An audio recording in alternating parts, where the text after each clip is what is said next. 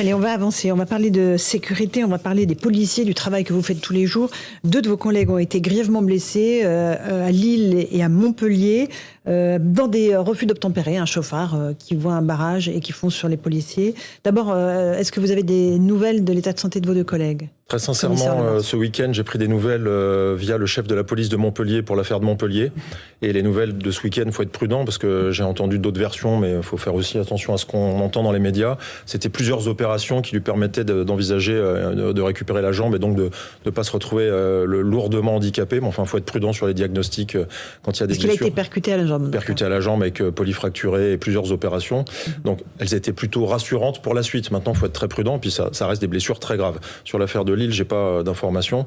De toute façon, c'est une policière. C'est 2 affaires graves qui illustre ce dont on a malheureusement souvent parlé et surtout je dirais la violence totalement gratuite, puisque contrôle routier, un policier, je roule et si je roule sur le policier, c'est pas grave. En tout cas, je me mets dans la tête du délinquant, notamment celui qui est multirécidiviste et multiréitérant dont on pourra parler.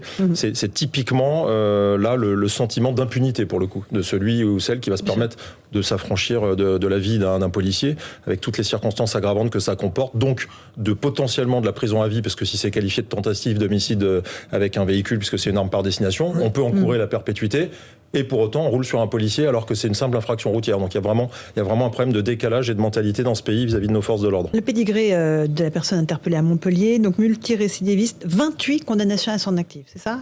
C'est ce que j'ai lu, c'est pas ce que je sais moi, mais c'est ce que j'ai lu. Ça veut dire que c'est même pas de la réitération. C'est ce que j'ai lu dans la presse. Multirécidiviste, c'est qu'il a été condamné par la justice 28 fois. Ça veut dire qu'on peut imaginer statistiquement qu'il en a peut-être le double ou le triple en nombre de faits commis, mais qui n'ont pas amené à une condamnation. Bon, restons à 28, ça veut dire qu'à 28 faits, quels que soient les faits. Alors je rappelle que la récidive amène en prison et fait des aggravations quand c'est des faits commis équivalents. C'est-à-dire que la récidive, la vraie récidive légale, c'est à fait équivalent. Alors, je ne sais pas ce qu'il a fait d'autre comme fait, mais voilà, on a un voyou, un délinquant multirécidiviste qui écrase un policier et qui atteint la vie d'un policier. J'ai aucun doute sur le fait que la justice soit extrêmement sévère sur cette affaire-là. Mais la question que tout le monde se pose, c'est qu'au bout de 28 faits, le message n'est pas passé correctement puisqu'il est dehors et il continue. Pardon ? Il est toujours pas en prison au bout de 28 condamnations. Il y a peut-être été, j'ai pas le détail de son pédigré pénal, mais même s'il y a été, force est de constater que quand il en sort, il n'est pas, je dirais, purgé de ses bêtises et respectueux des forces de l'ordre. Ça, c'est le moins qu'on puisse dire. Christian Proutot. Oui, effectivement, on peut se poser la question. On n'a pas le détail, même si avoir le détail, ça peut paraître dérisoire par rapport à ce qu'il a fait.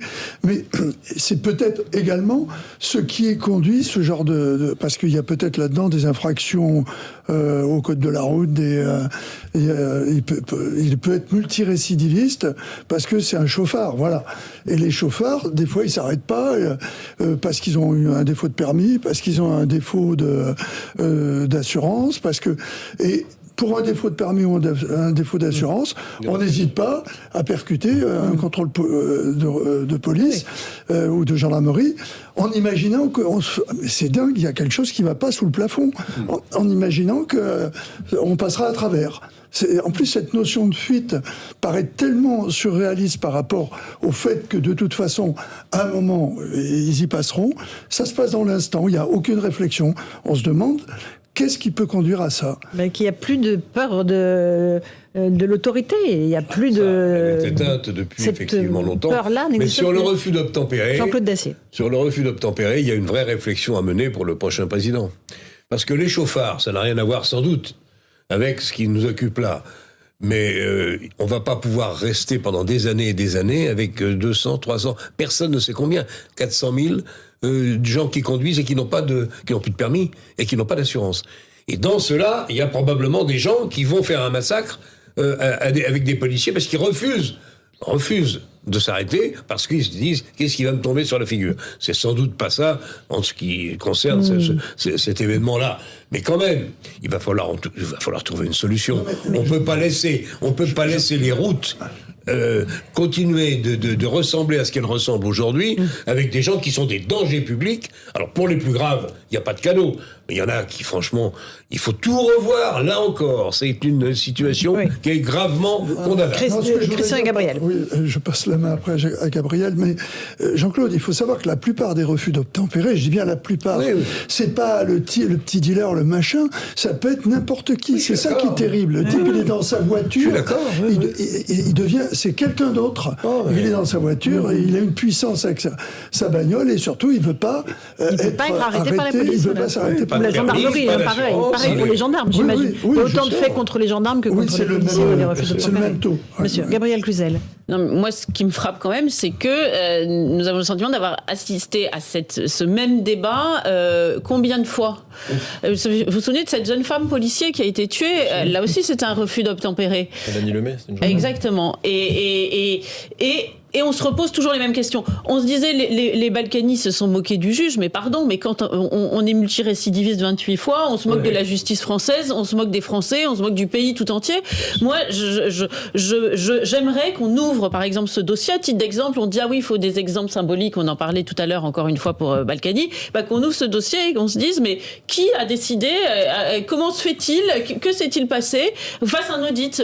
Comment ce type-là peut être toujours là et peut sévir. Il n'a tué personne, mais le prochain fera quoi? Et les multirécidivistes, il n'y a pas que le refus d'obtempérer, dans les agressions sexuelles, dans les vols avec violence. On découvre souvent que ce sont des multirécidivistes. Moi, je voudrais savoir qu'il y ait une chaîne de responsabilité. Là aussi, on parlait des EHPAD tout à l'heure, il y a une chaîne de responsabilité. Là aussi, il faut des responsabilités et qu'on sache à quel moment, si on a fait preuve de mansuétude, pourquoi on a fait preuve de mansuétude, parce que ça devient proprement insupportable pour les policiers, mais pas que pour les policiers, pour les Français dans leur ensemble. Le commissaire Lebars. Ça pose plusieurs questions. Aux États-Unis, je crois, au bout de 3 faits, il y a une peine automatique qui tombe d'une certaine durée. Alors c'est extrêmement sévère, j'ai pas les barèmes en tête.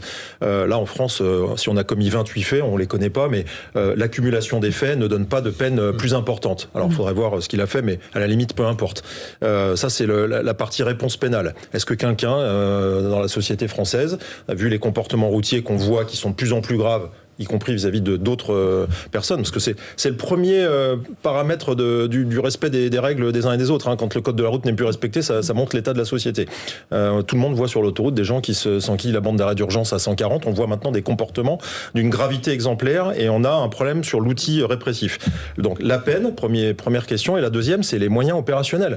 Moi, je suis d'une police où on nous a enlevé les herses, on nous a enlevé des moyens pour faire face à ces délinquants de la route, parce que la herse, vous vous rendez compte, ça peut crever les pneus, il peut avoir un accident 300 mètres plus loin et se mettre dans un mur. Sauf qu'aujourd'hui, on est en 2022, ils roulent sur les policiers ou les gendarmes et on a un problème de comportement routier. Donc il y a sans doute une partie opérationnelle où il faut nous réarmer au sens juridique et technique du terme. Je dis pas qu'il faut tirer sur tout ce qui bouge. Quoique, aux États-Unis, vous levez la main du volant, vous refusez le contrôle, vous levez la main du volant, vous en prenez une. Et on le sait tous, y compris quand on est touriste. Donc, on ne sera pas dans un système comme ça en France, mais il faut redonner les moyens juridiques et techniques aux forces de l'ordre.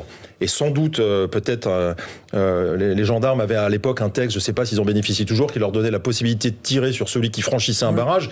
Mais bon, tout ça avec le droit européen, voilà, faut être très prudent sur les notions juridiques, même si la légitime défense a évolué.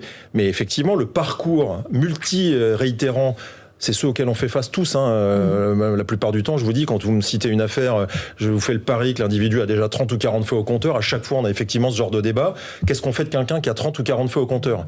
Vraisemblablement, il y a un problème de réinsertion. Alors d'un côté, vous avez le débat politique. Certains vous disent, la prison, c'est un incubateur à délinquance. Oui, mais forcément, comme on incarcère les gens n'importe comment, ils fréquentent encore d'autres délinquants. Donc ça repose la question de toute la chaîne pénale et de comment elle fonctionne. Mais qui c'est qui prend, je dirais, la violence de plein fouet? Ce sont les policiers et les gendarmes sur le terrain. Il va falloir régler ça parce que c'est pas possible de voir nos collègues se faire rentrer dedans et se faire percuter comme ça gratuitement. Un moyen, c'est de donner, quand vous êtes plusieurs sur un barrage, de dire que l'un d'entre vous sort son arme. Je dis pas tire, mais a son arme. Je connais ces situations de terrain. Mais le policier ouvre pas le feu. Non, mais peut-être. Et ça change rien. Est-ce que ça change quelque chose comme ça? Mais si vous avez quelqu'un, il faut bien aussi que les risques soient partagés et que le gars qui refuse de s'arrêter lors d'un contrôle de police sache qu'il prenne un certain nombre de risques. Commissaire, ça serait utile ou pas? Le visuel de l'arme dans la société française, on sait maintenant, on les voit les armes avec Vigipirate, avec les attentats, on voit même des fusils dont on a été équipé pour faire face. Mais celui qui veut se barrer, de la trivialité parce qu'il n'a pas le permis commis et qui se dit que c'est mieux comme ça, il va le faire quand même. Donc à la limite qu'il ait fait exprès ou pas exprès, la question c'est quelle punition on lui met derrière. Vous savez, la justice va regarder ça comme un refus d'obtempérer. Alors il y a les blessures, ça va aggraver sa situation. Accessoirement, en plus, c'est un lâche fini, parce que je crois qu'il s'est barré, donc ça s'appelle un délit de fuite. Donc moralement, il y a à peu près tous les ingrédients. Avec 28 faits, quelle est la peine qu'il va encourir aujourd'hui? Il va encourir la peine pour le fait qu'il a commis, s'il n'a pas commis des faits similaires avant. Un petit mot, Christian Proto, avant les ouvertures du feu sur les barrages, malheureusement, ça arrive parce qu'il y a mise en danger de la vie d'un collègue et que l'on tire. Et on voit, on l'avait vu à Bordeaux, que le type qui a été touché, c'était parce qu'il n'avait pas d'assurance. Voilà. Donc on arrive à des trucs complètement fous d'un geste qui est un geste où on sait que le refus d'obtempérer peut amener une réaction de la police, et malgré tout, il passe. Donc l'exemplarité, elle est là. S'il tire dans le pneu, il passe pas. S'il tire dans le pneu, par exemple, il passe pas. Le problème des airs, c'est qu'il faudrait revoir sur le fonctionnement des barrages et des contrôles inopinés. Allez, on fait une petite pause. On se retrouve dans un instant. On continue à parler de sécurité. 62% des Français considèrent le bilan du quinquennat Macron en termes de sécurité mauvais. À tout de suite dans Punchline sur Europe 1 et sur CNews.